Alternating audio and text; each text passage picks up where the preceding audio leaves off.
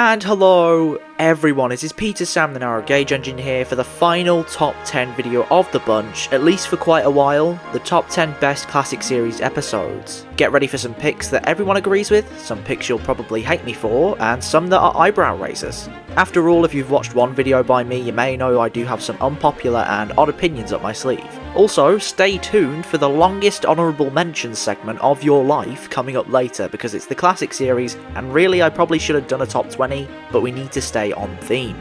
Anyway, let's begin with number 10, Old Iron. A beloved episode by many fans out there, this one sees Edward rescue James after he becomes a runaway. The Edward and James dynamic is on full display, not for the first time, but it is one of the most memorable times. This is helped by the superb runaway scene, which has great music and an iconic visual of the Inspector dangling off Edward's side, trying to attach a noose around James's buffer. As much as this scene is spectacular and the iconic part of the episode, there are so many other great aspects at play throughout, namely Thomas and Percy's defending of Edward, which was adorable to see, especially because Season 2 Thomas is peak asshole Thomas, so having a moment like that for him reminds us of his good qualities. A funny little thing I noticed too is how the pacing of the episode itself sort of reflects the runaway sequence, both gradually getting quicker as it goes on. It's a cool method that I'm not sure was intentional, but it's there and I enjoy it. Overall, this is a very strong episode revolving around Edward and shows him off in a good light that demonstrates that, despite him being ridiculed by James, and it doesn't hinder him from wanting to help James when the time calls for it,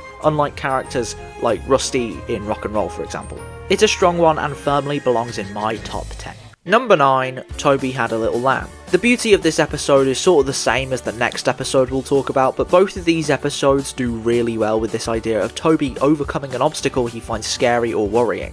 I'll always be okay with the idea of a character being scared if they overcome it in a reasonable way. This episode is not the same as Henry Spots Trouble from season 19, for example, where Henry has to be told that the engines he encounters don't have chickenpox. He doesn't learn that information on his own, and therefore the growth of character doesn't really happen. Here we see Toby battling a fierce winter storm as he traverses his old line to rescue some lambs. I feel the stakes in this one are higher than in the next episode on the list. I'm not saying what it is for those of you that haven't realised yet, as in there it's not direct. Here we have the direct risk of the lambs being in danger as well as Toby, so there's an element of extra desire for us to root for Toby to make it, and when he does, and when we reach the end of the episode, the satisfaction and triumph is so powerful.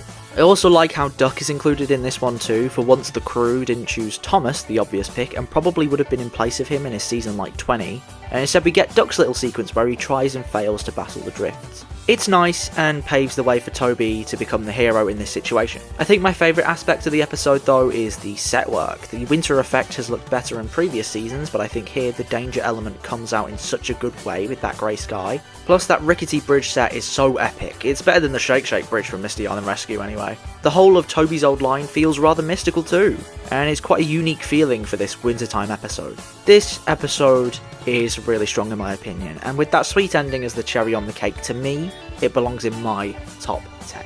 Number 8, Toby and the Flood. A phenomenal episode from season 5. This one sees Toby get caught in the midst of a flood and has to save himself. This is what I mean by feeling the stakes in Toby Had a Little Lamb are higher. Toby tries to warn everyone, that is his goal, but he fails and nothing too terrible happens to the town as a result. We see it at the end and it's fine. That is the only really minor bad thing I have to say though, because oh my god, this is insane. The amazing model work seen in the dam exploding and the rushing river. The continuous suspenseful music that plays in one long track throughout the whole thing. Those are two very big things that everyone speaks about with these ones, and it's plain to see why, because they're really strong aspects. However, those aren't the only things this episode does well with. Percy and Harold work well as the secondary characters that have to rescue Toby, I think, and actually made the latter more likeable for me upon the latest rewatch. He's logical in the face of danger as opposed to the other characters who probably wouldn't be in the same situation, plus Toby's bravery throughout is commendable to say the least. I know he freezes on the bridge, but he had the balls to go up and check the dam in the first place and didn't cook up a fuss about it. You never catch me doing that shit. If the dam's gonna break, let it, I'll be going in the opposite direction.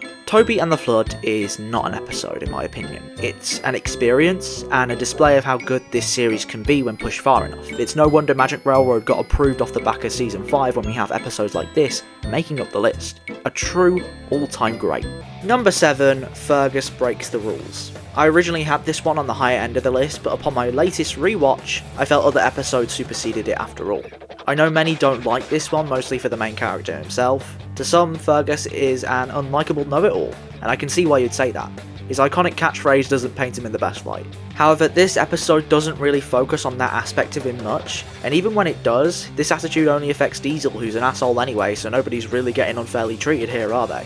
Fergus is quite easy to love in my eyes with his quirky design and hardworking nature. It gives him a level of charisma and makes me want to root for him. Contrasting that with the dishonest, lazy Diesel, and you've got a great character dynamic there, making for some real entertaining moments throughout. Another issue people have with this one is the idea that Fergus wouldn't believe Diesel's lies, but at the same time, if it turned out Diesel wasn't lying, and the Fat Controller really did send him to the scrapyard, maybe not forever, just for one job, then it would seem like Fergus disobeyed to top of him. Something he just wouldn't do. In that moment, he had to weigh up the consequences of believing or not believing Diesel, and to me, believing him has far less serious repercussions. Yes, Ari and Bert have been known to attempt murder, but this is Season 7 following their descent into schoolyard bullies in Season 6, so the most likely threat is some name-calling and trickery, I reckon. When Fergus does get to the scrapyard, he does stay until Ari and Bert arrive, until he's pushed to the absolute limit. He doesn't go, which falls in line with what I'm saying before. The scrapyard itself is such a good set, so good that they kept it for Season 8, being used in Halloween. And the disused mine that Fergus escapes to is great as well. Its rustic vibe is so eerily charming. I quite enjoy looking at it. Other elements of this episode I like are obviously the music, with Fergus's theme being a real earworm, and Thomas's worry for Fergus when asked to look for him. He's such a concerned friend, and it's so sweet to watch him in this way. Their little friendship is so adorable, as is the simple but nice ending. It's a real cyclical way to end things, mirroring the beginning shot. Fergus breaks the rules. May not be everyone's cup of tea, and I'm not saying it has to be, but I really like this one, although I do understand the criticism. That being said, I'm sure a few of you will raise your eyebrows at my number 6 pick too. Number 6, You Can't Win. This is the episode that made me fall in love with the character of Peter Sam, even though he was called Stuart then, but ignore that. This was right out of the gate of the season, being the 4th episode, and was filled with charming interaction and funny moments, namely the ending. A hilarious reaction from Stuart, followed by Duke's amused comment that gives us the episode's title. It's practically perfect. The rest of the episode though is great too. Duke's determination throughout despite him failing is admirable, and when coupled with the relaxed summer vibe across the episode, gives me this very calm and joyful feeling. As I said, the ending is hilarious, but this is in part helped by its setup, with Duke pulling a joke on Stuart by shoving him forwards and making the passengers think he was the one that broke down. It's tame, but at the same time so brilliant. This may not be your favourite, and I get it. Across Season 4 there are so many good episodes that this one may slip through the cracks, but for me, this is the first time I saw our boy Peter Sam in a leading role, and boy was it a treat. This is where my love for the character began, and I'm proud of that. It's enjoyable, it's humorous, it's got great dynamics for me. It's a perfect episode of the show. Now for the honourable mentions, and for this final top 10 video of the lot, I'm listing another 10 episodes that almost made it into the list but didn't for one reason or another. The one that got closest to this feat was Escape, a monumental score with great set work and lighting, a thrilling rescue attempt that brings us a great character in Oliver and displays the heroic and brave side of Douglas, giving him some much needed individuality that separates him from his twin. This one does a lot and does it well. The same can be said for The Flying Kipper, and we all know why this one gets a mention. It is the true standout for Season 1, and that's due to its more action-based story, the time of day it's set in, the protagonist, what happens to him. I could go on and on, but we all know by now, surely. If you want more clarification, my Season 1 re-ranked video is waiting for you on my channel as we speak. Similarly, Edward's exploit also does not need that much explanation, but I'll give some. It is in the honourable mentions for a reason after all. In this tale, we see Edward battling a storm as he drops some sightseers home. All hope seems lost when he breaks a crank pin, but he battles through and manages to get them home. This shows us the badassery of Edward through and through, and cements why he's much loved by fans. Even if he's not your absolute favourite, you have to commend him for this sheer act of determination. Gordon takes a tumble, is silly and wacky, and just everything we love about Gordon. We love his pompous attitude and the way he interacts with the other characters. We love the situations he ends up in, namely the downright bizarre and life-threatening accidents. And we love it at the end when he apologises for his mistakes after learning to do better. Whether he does better is an episode by episode thing, but I don't think he ever disrespected Salty again, which is what happens in this one, so it stuck at least somewhat. Speaking of Salty, his Season 7 episode Salty's Stormy Tale was quite close to making it on the list. Once again, a tale of danger during a giant storm, something that was quite a common occurrence during this season. This time, a generator short circuits, leaving a lighthouse without a light. This puts incoming ships at danger of crashing into the shore. Salty's quick thinking allows for Fergus to use his flywheel to power the generator and save the ships. Not only does this display Salty's intelligence, but Fergus had to keep running all night too, showing his determination when the time calls for it. A pair of badasses, coupled with the great nighttime visuals and some good special effect work. Special Funnel is another one that makes it in here, and you were probably expecting this higher, but just because I'm the star doesn't mean it automatically gets in the list. It is a visually amazing episode with funny hijinks added on as well as some serene, beautiful music. It may feel meandering at points, but it's so captivating and gorgeous that you can't help but fall in love with it. A Close Shave is the perfect ending to the Duck vs Diesel trilogy with an intense runaway that everyone remembers. Whilst Diesel never gets direct comeuppance, does this little slime ball who appears again and again across the series really deserve it? Yeah, I don't think so. A fitting end for the first time round, especially when we know he reappears only one season later. He's no Diesel 10 or Sailor John after all. Another season 7 episode, Bulgy Rides Again almost made it due to its clear care and effort it puts in for the characters. Bulgy was forgotten at this point in time, a footnote in Thomas and Friends history, but thanks to this episode he gained more notoriety. I'd argue that he was more iconic than in the original episode, to be honest. Especially with the scene where everything goes awry and passengers get covered in chicken feathers. It's a beautiful example of a storm in a teacup, metaphorically speaking. There's no actual storm in this one, I know I said before, but ignore that. Duncan Gets Spooked is so eerie and yet so charming. Rusty's tale is so intriguing that fans everywhere have tried to solve the mystery of who this engine is. Many believe it to be Proteus, but we can't say for sure. The scene where Duncan is spooked is both mysterious and quite funny, and we'll never know for sure whether it was really fireflies he was seeing, or it was actually the shape of an engine. Finally, capping off this long-ass honourable mention segment is All at Sea. I tell you why this episode works so well, but we all know the main praise that most people have for this one is the ending, and I am no exception. The rest of the episode does well too, showing why it's here, but it is that ending that seals the deal. I'll play it for you now. Duck still wonders about the lands beyond the horizon, but he enjoys being with friends most of all, and I think he knows that sometimes the best travels are those we can only dream about. Don't you?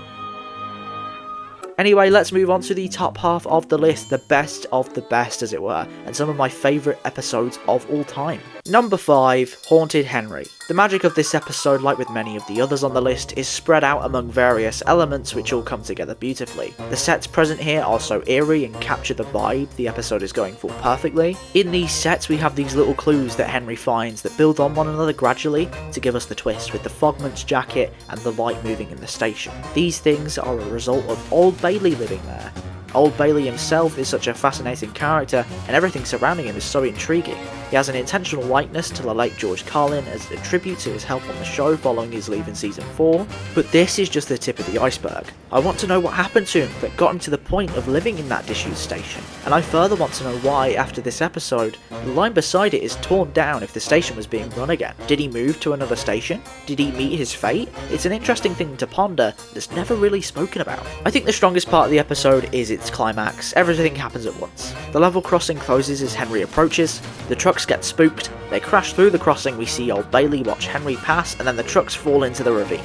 This is about 20 seconds, 30 at a push. It makes us watching feel so disoriented, and that's how it should be, especially with the mystery of the episode being as intriguing as it is. Now, other episodes also have this mystery factor to them, namely Duncan Gets Spooked from the same season, but what this one has over that one is the satisfaction of the ending. All of the loose threads are tied up and everything is answered. Now, don't get me wrong, having unanswered stuff by the episode's end is a great way to be memorable and keep the audience interested even after it's done, and be inspired to come up with their own answers. However, I feel like that gives those kinds of episodes a sense of grandeur that not even the best solutions will be able to live up to, and it lets it down in a weird way. No offense to Duncan Gets Spooked, of course, it's still a great episode, but I feel like official, concrete answers like the ones in Haunted Henry make it the better episode, the 5th best in all of the classic series.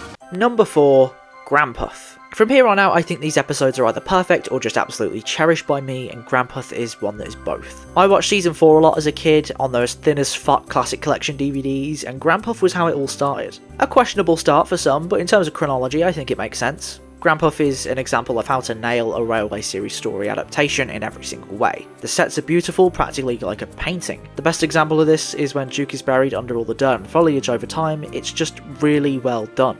I also love the setup. Thomas telling the story to the other engines is a clever way to transition from standard gauge to narrow gauge, and helps the audience adjust to these new characters far better than just throwing them in front of our faces and expecting us to go, oh okay. I've touched on this before, but Duke's relationship and dynamics with Stuart and Vulcan do bolster it so much. Characters are so important, and Audrey and the TV series crew clearly do recognise it with how well they bounce off one another. Even Smudger, who is the antagonist, kind of, has a great interaction with Duke and is one of the highlight scenes of the episode. It's both entertaining and brutal, as the guy literally gets stripped of all mobility and is made to sit there for the rest of his days as a generator. This plot point also helps the fantastic tone shift from whimsy to melancholy, as it happens in the middle of the episode. So whilst it is a bit dark, it definitely helps to tell the audience the direction of the episode as it continues. And as we all know, this episode ends on a cliffhanger. Well, I say cliffhanger, if you've read the books you know what would happen even when the episodes were first being aired, and nowadays everyone knows how it ends. But this cliffhanger feels right at home with Thomas's cheeky and a bit dickish personality. Whilst he was nicer in season 3, this doesn't feel the same as how he is in Thomas and Stepney, an example of Thomas fully regressing back to being a complete knobgoblin. Grandpuff is perfection, simple as,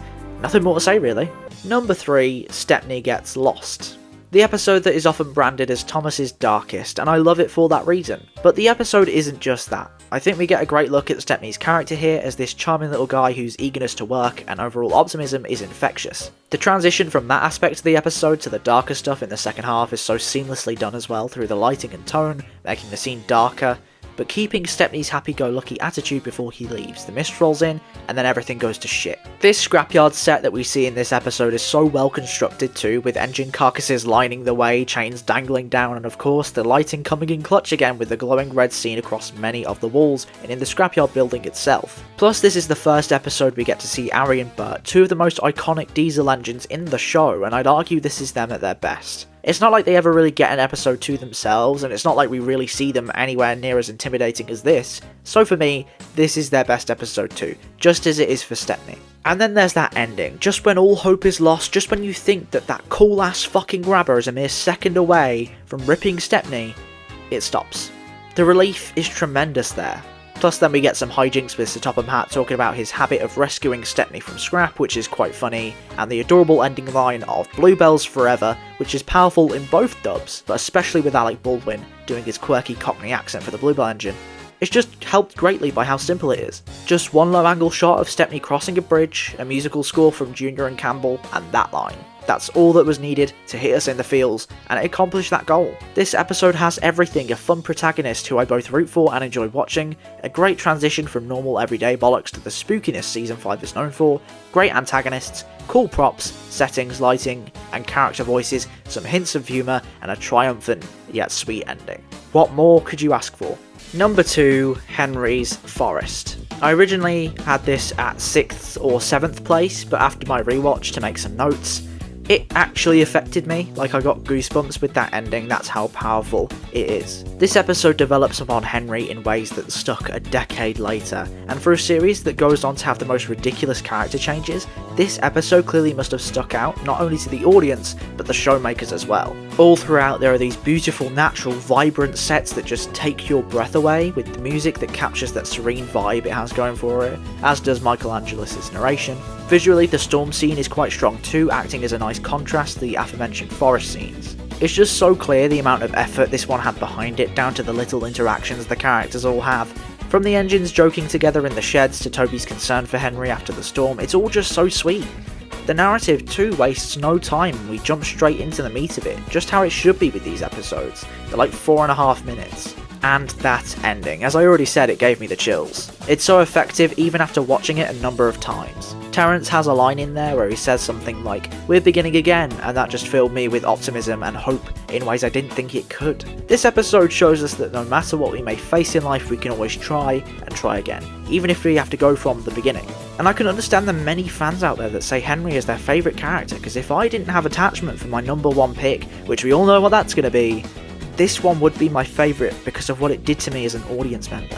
Number 1 is, we all know what it is for me, it's Percy's Chocolate Crunch, of course. It's my biggest nostalgia bait episode, and outside of that, it is just a really great episode. I'm not so unjust as to put a bad episode at the top just for nostalgia alone. Coming off the back of the music comment from the previous entry, this one has some great music too, with some immediate catchy scores from the off. The most powerful aspect of this one though is the ability to tell an underdog narrative and demonstrates a very good message to its audience, one that has stuck with me to this day. Percy continually and consistently gets the shit ripped out of him the whole way through. It's played off as comedic and it is funny, but you can tell that it's affecting the little guy and makes him angrier and angrier. Then we come to the moment, one of the most iconic crashes in Thomas and Friends history, and the reason why Willy Wonka locked his doors for years.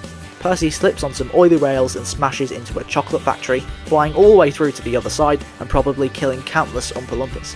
It's such a great example of model work and is just pretty cool, to be honest. It's also an example of how to do the Three Strikes formula in the right way, creating humour. Speaking of, littered throughout the episode are some fun interactions between Percy and the other Steam Team members, especially when he returns to the shed on a flatbed pushed by Duck. They all rip the piss out of him one by one with these puns, and it's just gold, the cherry on the cake. No, actually, the true cherry on the cake is Sir Topham Hatt telling Percy that the one thing he desired most, the thing he craved throughout the entire episode, will be his, that being a washdown. Not only is it a great display that other engines besides James can care about their cleanliness, it provides that moral message that I talked about earlier, that if you work hard enough, you can achieve your goals. It's a moral that has been done before and since, but the added nostalgia just means that it hits much harder for me. This may not have been the episode you were expecting if you're a new viewer to the channel, but it's the one that means the most to me, and if you have an episode that isn't considered one of the generally accepted best episodes of the show, and especially with the classic era, hold on to it tight. It just means that you've got a unique opinion, and we should be celebrating those. Never stop loving your episode, and for me, Percy's Chocolate Crunch is that episode. So that's my final top 10, at least for a while. Following this, there'll still be plenty of video ideas to choose from in the polls, from the underrated Chris Aldry stories, to a viewer ranking of Season 1, which we can all get involved in, to a motherfucking Mario Kart video. It won't just be that though, Locomotives is still going on, and I have a few other analysis, list and essay videos to keep you interested until the end of the year. We can also do reactions as well, because, I don't know, fucking why not? I've been Peter Sam, you've been you, and I think we should end this in the emotional way, because I'm sadistic. Bye-bye. Now Henry can see the trees growing strong and tall, and the animals are coming back. Sometimes everywhere is quiet. At other times, Henry can hear leaves rustling or a bird's wing brushing the air. Often he can hear the sound of children laughing, and always he is happy here.